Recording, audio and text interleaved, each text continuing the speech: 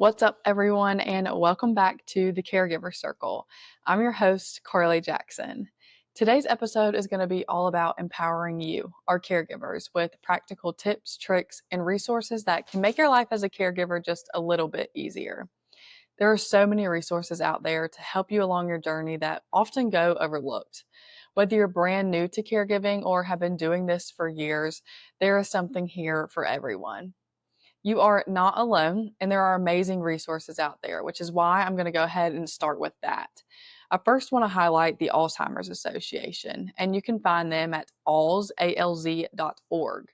If you know about the work that I do through Remember the Joy, then you know that I work closely with them. Most likely, if you've heard of Alzheimer's, then you've heard of the Alzheimer's Association, but you may not know about the extensive amount of tools that they can offer caregivers. They have a 24/7 helpline. They have references to local support groups, education programs, and even a caregiver message board that allows you to connect with other caregivers.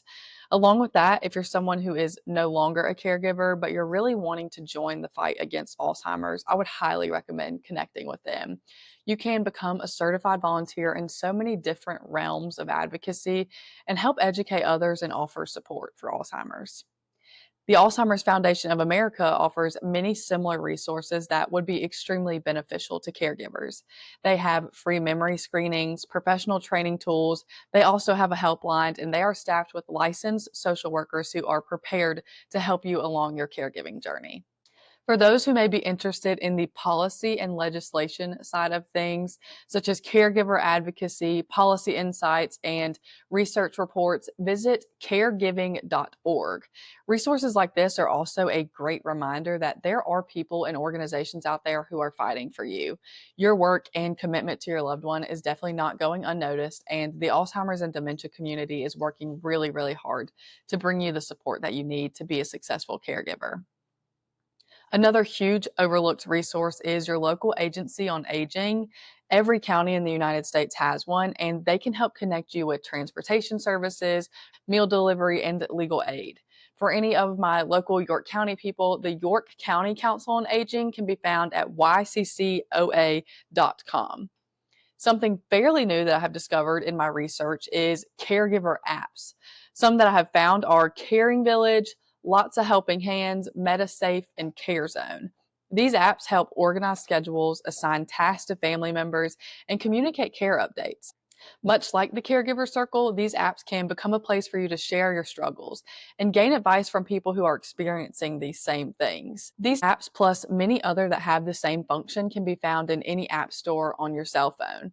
And if you already use an app that works great for your family or loved one, please reach out to me and let me know what it is so that I can recommend it to everyone else.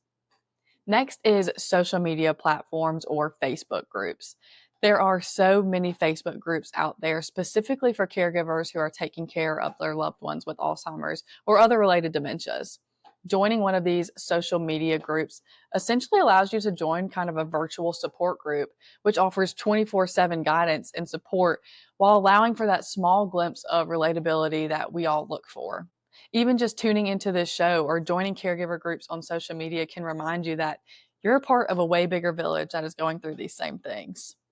The last resource that I want to mention today is therapy. And I know that therapy doesn't always seem so glamorous, but caregiving is hard and it is emotionally draining.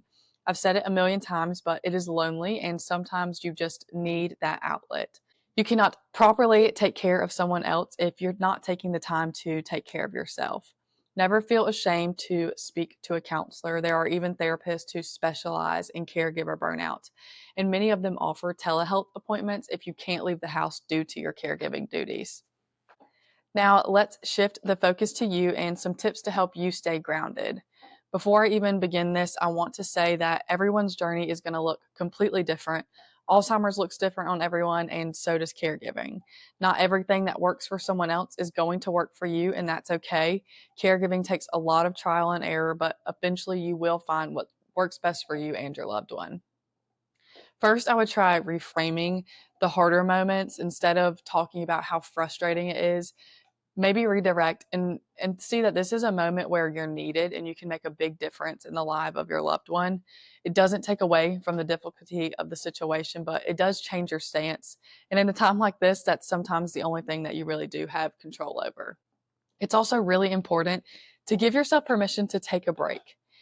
Tell yourself that you have permission to rest, you have permission to feel angry, and you have permission to step away for a second. These affirmations kind of help deal with a lot of the guilt that you feel and can remind you that being human is part of caregiving.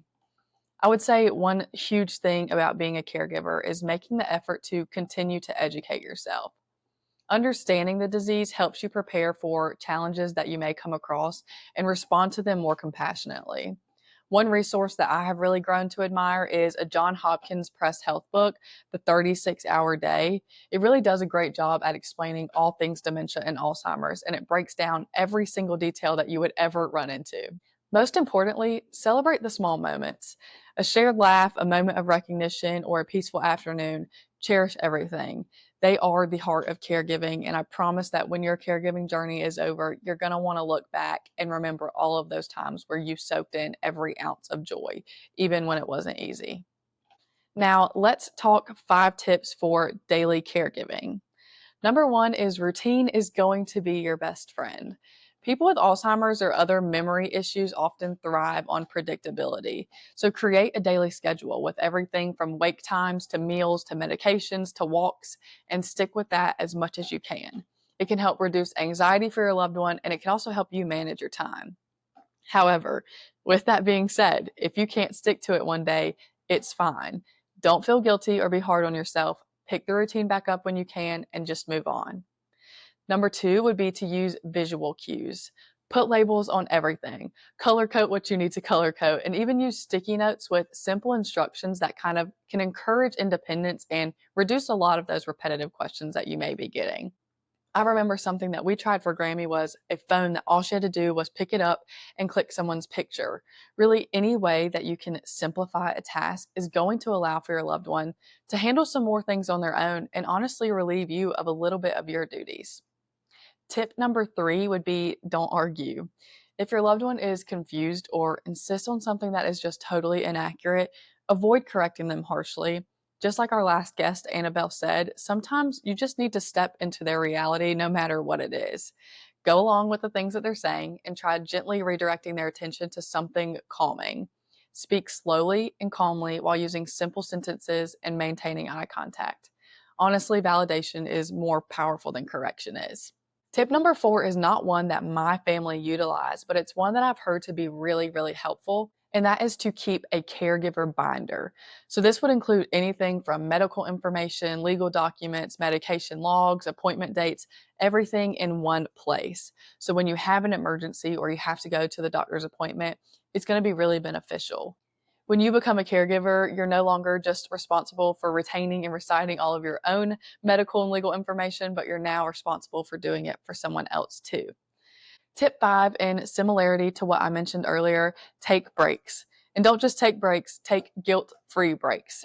Even a 15-minute walk, some TikTok time, as I call it, is always really beneficial, or just calling a friend and resetting your energy. You just simply cannot pour from an empty cup, and I will emphasize that a million times.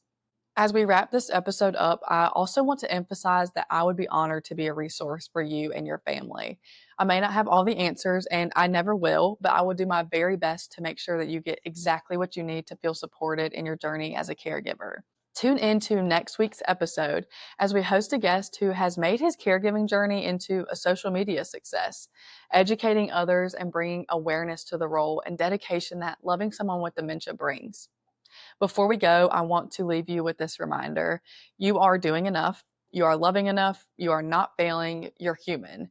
Being a caregiver is hard, but there is strength and softness in asking for help and for simply showing up day after day in a job as hard as this.